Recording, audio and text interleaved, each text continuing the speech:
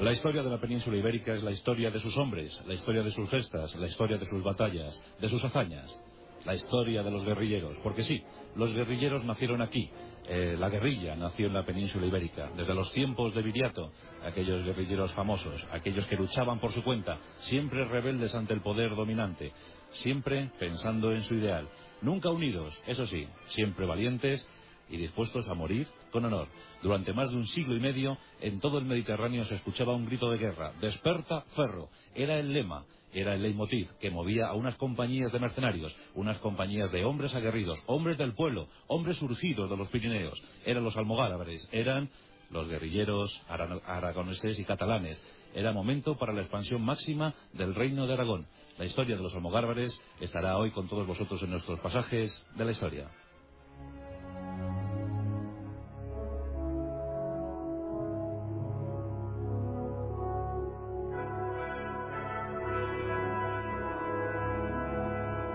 Pero, ¿quiénes eran estos almogávares? ¿De dónde venían? ¿Cómo surgieron? ¿Por qué se crearon esas compañías? ¿Por qué fueron tan necesarios?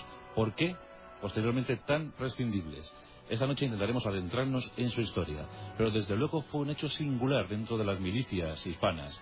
Los almogávares venían de la extracción más baja del pueblo, eran campesinos, eran gente muy, muy ruda. Esta noche sabremos algo más acerca de ellos, sobre su origen, sobre su nacimiento, sobre su desaparición.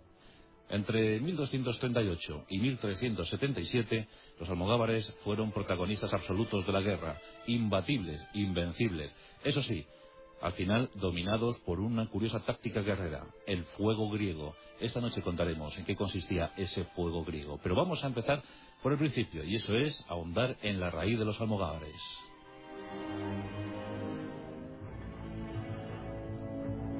El término almogávar, sin duda alguna, viene de raíz árabe. Almugabir viene a significar el que penetra, el que hace incursión en territorio enemigo. Así es como los árabes denominaron a estos curiosos soldados, a estos curiosos milicianos. Almugabir, el que penetra en tierra enemiga, el guerrillero que entra, golpea, saquea y luego escapa. Esos eran los almogávares.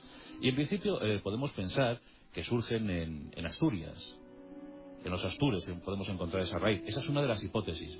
Otra nos habla de los almogávares ya luchando en tierras de Castilla. La más fiable, porque ya os digo que hay oscuridad absoluta sobre el nacimiento de los almogávares, pues la más fiable nos habla de hombres surgidos en lo más intrincado de los Pirineos, en el sector aragonés y catalán. Allí surgirían los almogávares. Allí tendrían una oportunidad de guerra. Allí serían contratados con una gran soldada, un gran sueldo, mucho mejor en todo caso que labrar la tierra. Y esto fue lo que les motivó crear compañías, alquilarse como mercenarios, y fueron desde luego muy útiles en la reconquista española. Por tanto, debemos decir eso: surgidos de lo más profundo de los Pirineos aragoneses y catalanes, llegaron esos hombres de las tierras, comiendo de ellas. Se podían surtir de lo que daba el terreno: unos hierbajos, unas raíces, un ave, un animal, cualquier cosa les venía bien. Sobre su vestimenta hay también datos muy, muy curiosos, porque casi vestían a la manera visigoda. Por eso también podemos pensar en raíces mucho más antiguas. Vestían a la manera visigoda. Tenían unas albarcas, unas pieles de animal que cubrían pues sus piernas, su cuerpo, unos cinturones muy hoscos, muy, muy rudos, de cuero, de los que ceñían sus espadas, de los que colgaban sus espadas cortas siempre, y unos cascos tremendamente peculiares, porque eran como unas redecillas grandes de hierro que situaban en sus cabezas y que bajaban hasta la nuca, les cubrían esa parte. No era un casco a la usanza, era un signo distintivo. Los almogávares, la verdad es que siempre fieros, no muy duchos en caballería, pero desde luego implacables en infantería. Dicen que fue la mejor infantería de la época, determinados al combate, siempre sedientos de venganza y crueldad. Eran indestructibles, no les importaba la muerte, de férreas convicciones religiosas. Almogávares bien pagados y comiendo lo que podían, durmiendo sobre el terreno. Nada les podía parar, nada les podía vencer. Los almogávares durante casi 150 años dieron mucho que hablar, y el rey Jaime I, del que hablamos ya hace algún tiempo, Jaime I el Conquistador, supo de ellos, les quiso a su lado, eran los mercenarios ideales para iniciar la conquista del Reino de Valencia.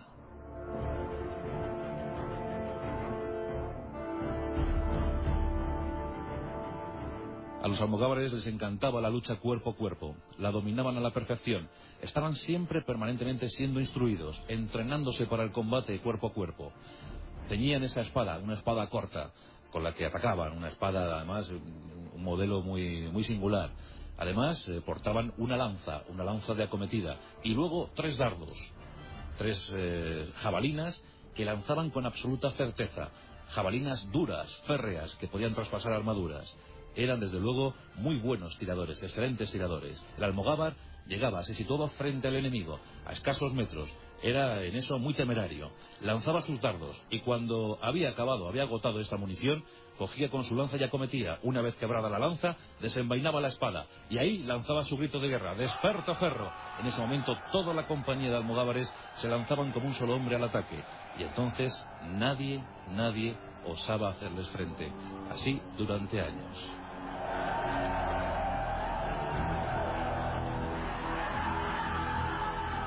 Ya os digo que eran hombres muy duchos en la táctica guerrillera. Una compañía de 80 o 100 hombres podía hacer una incursión en territorio enemigo, saquear, rapiñar un pueblo en cuestión de minutos, coger lo mejor, lo más preciado de ese pueblo y rápidamente replegarse, huir, retirarse hacia sus líneas amigas. Los árabes les tenían absoluto pánico, absoluto temor. En 1238 el rey Jaime I entra en los territorios valencianos. Junto a él, casi 6.000 almogávares, casi 6.000 mercenarios. Fue una de las bazas principales para la reconquista de Valencia.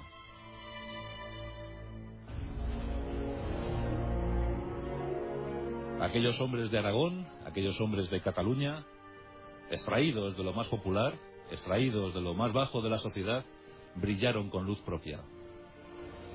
No les importaba la muerte. Solo querían avanzar, ganar, conquistar y cobrar. Soldados para la oportunidad, pero también soldados muy propios de la época. El siglo XIII, el siglo más violento de la historia. Sin perder una batalla, provocaron miles de bajas al enemigo árabe, al enemigo musulmán. Finalmente, la campaña terminó en 1245 con la toma de la capital. Los almogárabes se fueron extendiendo, fueron creando acuartelamientos en las líneas fronterizas, como ya lo hacían sus hermanos de Castilla, porque también había almogávares en Castilla luchando por la reconquista. Eran tropas que frecuentemente se empleaban en las líneas fronterizas para avanzar y custodiar fronteras. Eran desde luego los mejores soldados de la época, los más utilizables, los más fieros, y también ahí fue su pecado. En eso fue su pecado. En 1244 el rey Jaime firma el Tratado de Almirtra y 6.000 almogávares son instalados en Murcia. Se está preparando una gran campaña contra el reino taifa de Granada. Quieren conseguir la total unión peninsular, pero los almogávares eran demasiado violentos, demasiado belicosos. Y antes de cualquier preparativo entran en conflicto con las unidades moriscas y además incluso con las propias unidades castellanas. El propio rey Jaime tiene que intervenir. Los almogávares están ansiosos, decían entonces las crónicas, estaban sedientos de sangre. Querían combatir, querían seguir luchando, querían seguir dando sentido a su vida de guerra y honor. El propio rey Jaime, para evitarse más problemas, les envía a Tierra Santa a luchar en aquella infructuosa cruzada provocada por el propio Jaime en 1269. Una cruzada que, debido al mal tiempo, debido a las tempestades, se fue al traste, pero algunas compañías de infantería lograron llegar a Tierra Santa y allí defendieron San Juan de Acre.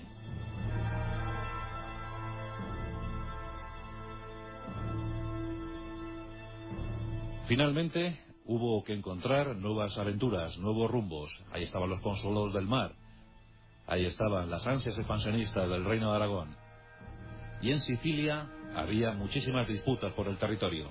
Carlos de Anjou, el rey francés, quería Sicilia a toda costa. Los intereses de Aragón estaban en peligro. Momento propicio para echar mano de los mercenarios, para echar mano de los hombres más combativos del reino. Los almogávares, una vez más, estaban dispuestos. En decenas de galeras aragonesas surcaron el Mediterráneo y llegaron a Sicilia. Allí los sicilianos habían creado esa frase tan famosa de las vísperas sicilianas. Habían acabado con toda la población francesa de la isla. De ahí viene el curioso nombre de vísperas sicilianas. Tocan a vísperas sicilianas, toca a muerte, toca a venganza. Los almogávares eran violentos, pero también inteligentes. Supieron canalizar perfectamente los sentimientos sicilianos y con eso provocar guerra al francés. Durante años estuvieron combatiendo crueles batallas, sanguinarias vendetas. 20 años de lucha interminable. Finalmente, en 1302 se firma la paz. Sicilia, Córcega, Cerdeña serán de dominio aragonés. La guerra se puede dar por ganada. ¿Qué pasará ahora con las compañías almogávares? ¿En qué las podemos emplear? ¿Volverá el problema a la península ibérica? ¿Qué hacemos con estos hombres tan irredentos, tan rebeldes, tan belicosos? Afortunadamente, la posibilidad aventurera surgió, pero en tierras orientales. El emperador de Bizancio, Andrónico II, tenía serios problemas. Los turcos le estaban amenazando. Los turcos habían entrado en su territorio. Estaban invadiendo ciudades y territorios del Asia Menor. Incluso amenazaban la propia Grecia, la propia Constantinopla. Era un momento muy difícil para Bizancio. Ya por entonces, en 1302, la fama de los almogávares había recorrido todas las riberas mediterráneas. Todo el mundo sabía de las hazañas. Se decía de ellos que eran soldados especializados en derribar tiranos. Que allá donde estuviera un almogávar, sin duda alguna, las posibilidades de victoria serían más que notables. Pero necesitaban un jefe, necesitaban un líder. Y como siempre, la historia les concedió ese deseo. Aquí nos encontramos al gran aventurero, al gran navegante Roger de Flor. Un hombre peculiar, de este que dan los siglos de vez en cuando. Es difícil precisar dónde nació Roger de Flor. Unos dirán que en 1262 en Cataluña. Otros dirán, los más, que nació en la ciudad italiana de Brindisi y que su padre, Ricardo Blume, era halconero del emperador Federico II. Esta hipótesis yo creo que es la más certera. Entonces tendríamos el nacimiento en 1267. Roger de Flor entonces es una traducción al catalán. Roger de Flor va a dar mucho que hablar. Un joven con ansias de aventura, con ansias de conocerlo todo, que desgraciadamente se queda sin padre a la edad de 1 año. Pero ese halcón le iba a acompañar durante toda su vida. Ese amor a los halcones de su padre iba a ser la herencia, la única herencia que recibiera de él.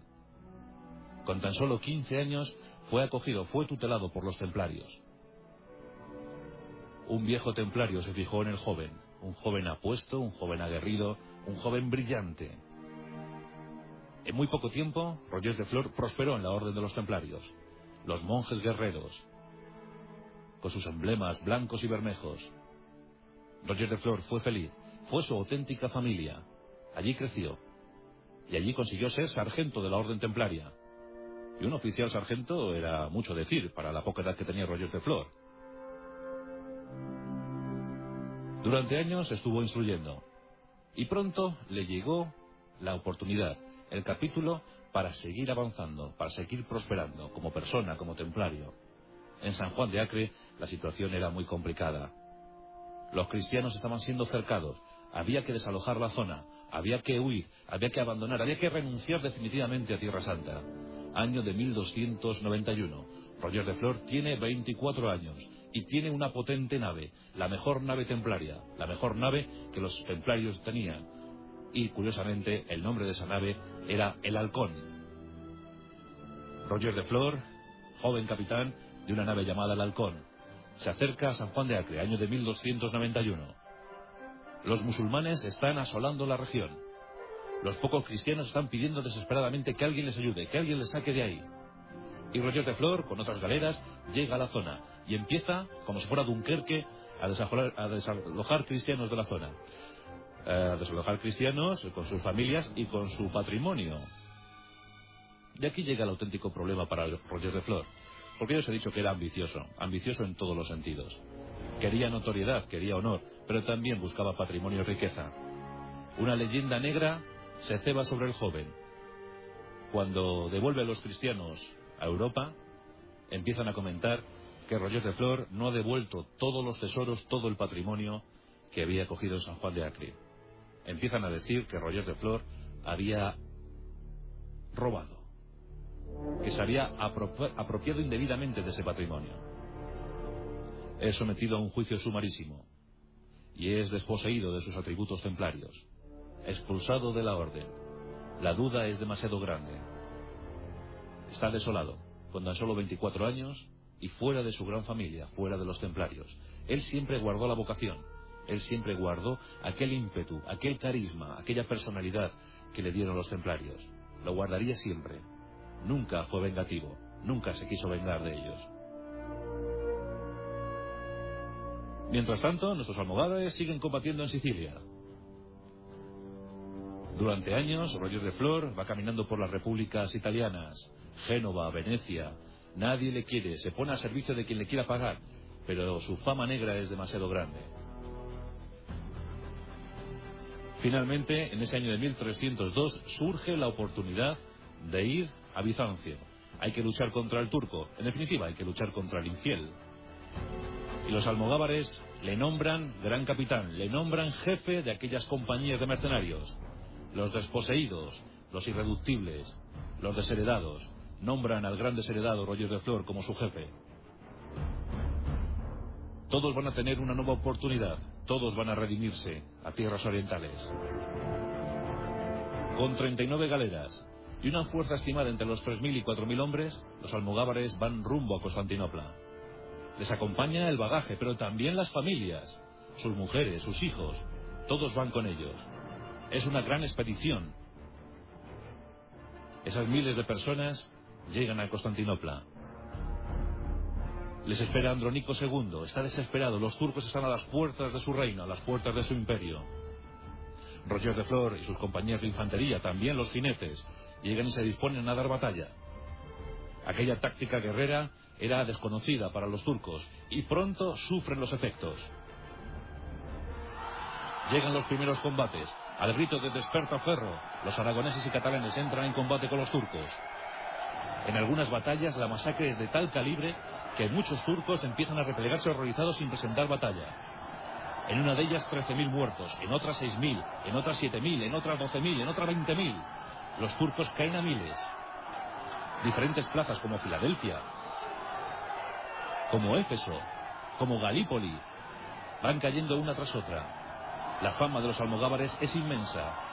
Ya todo el mundo reconoce que son invencibles, que nadie les puede batir. Eran pocos en número, pero siempre determinados a luchar y a morir si era preciso. Van ocupando castillos, territorios. Roger de Flor es el gran líder que todos quieren. El propio emperador oriental le nombra megaduque del Imperio Bizantino. Gran duque. Posteriormente, debido a sus hazañas, después de la toma de Galípoli, le nombran César. Hacía 400 años que no era nombrado un cargo así. Hacía 400 años que no era nadie nombrado César en el Imperio Bizantino. Pues eso lo consigue Roger de Flor. Eso lo consiguen los almogávares. Pero al mismo tiempo que crece su fama, también crecen los recelos entre los bizantinos. Andrónico II está atemorizado por el cada vez más tremendo poder que tienen los almogávares. Roger de Flor es aclamado por el pueblo.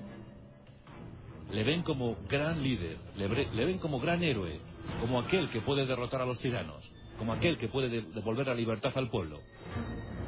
Roger de Flor se está convirtiendo en un símbolo para todos.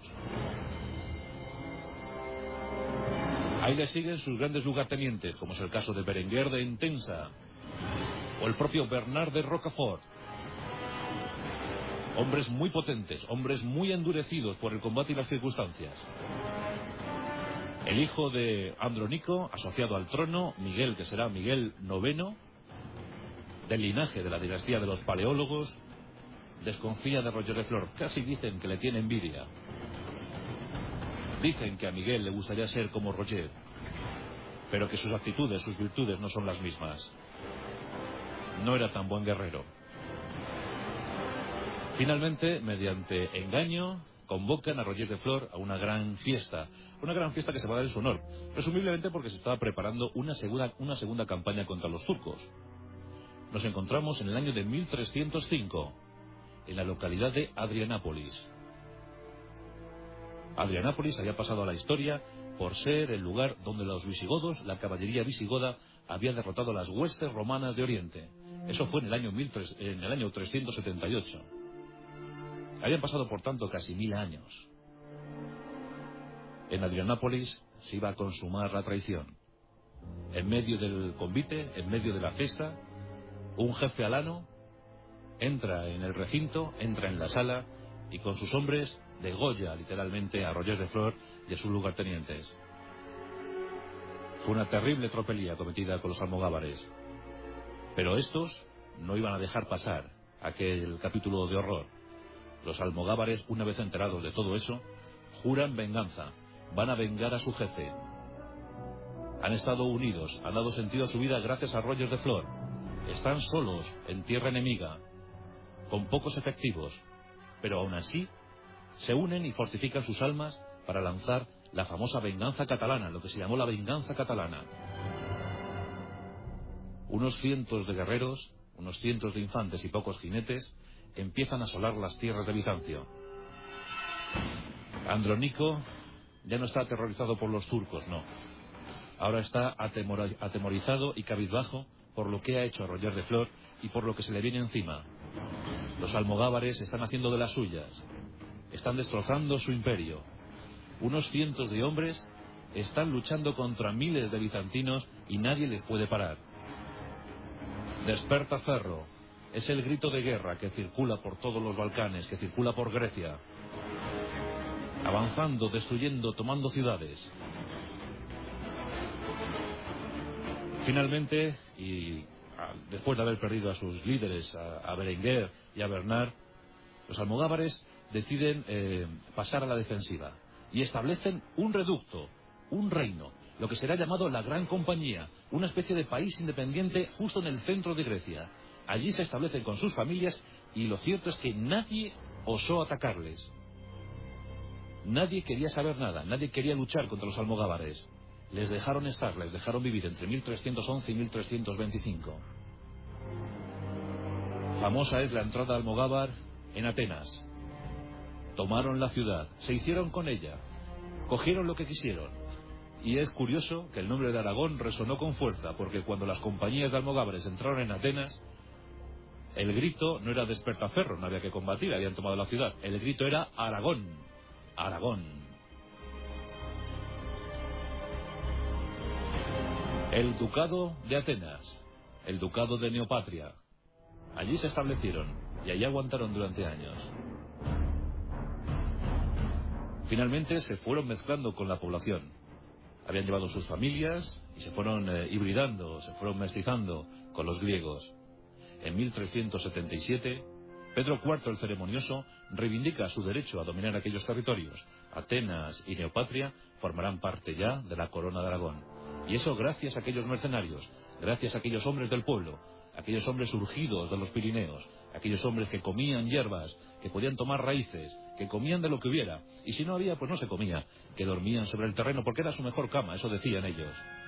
Con esas vestimentas peculiares, albarcas, pieles y aquel casco tan peculiar, aquella red tan peculiar en su cabeza, su espada corta, su lanza y sus saetas, sus dardos. ¿Cómo se pudo reducir a los almogávares? Pues en este periodo del siglo XIV, los griegos inventaron un sistema. Los bizantinos inventaron un sistema.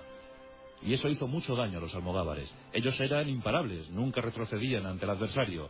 Pero algo les llamó mucho la atención. Algo les dominó de una manera extrema.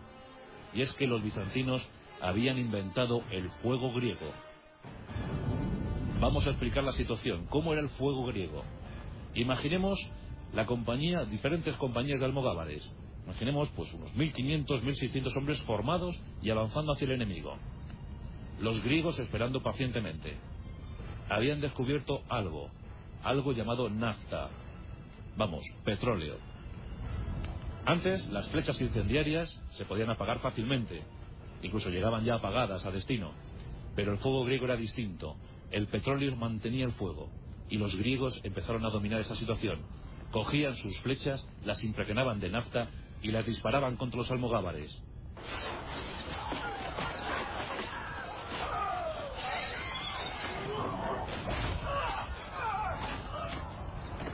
Aquella milicia sufrió enormemente el fuego griego.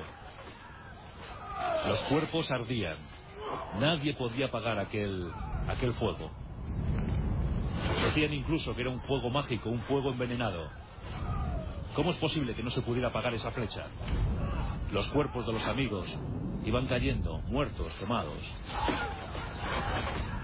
Ese fue el castigo sufrido por los almogávares durante muchos años.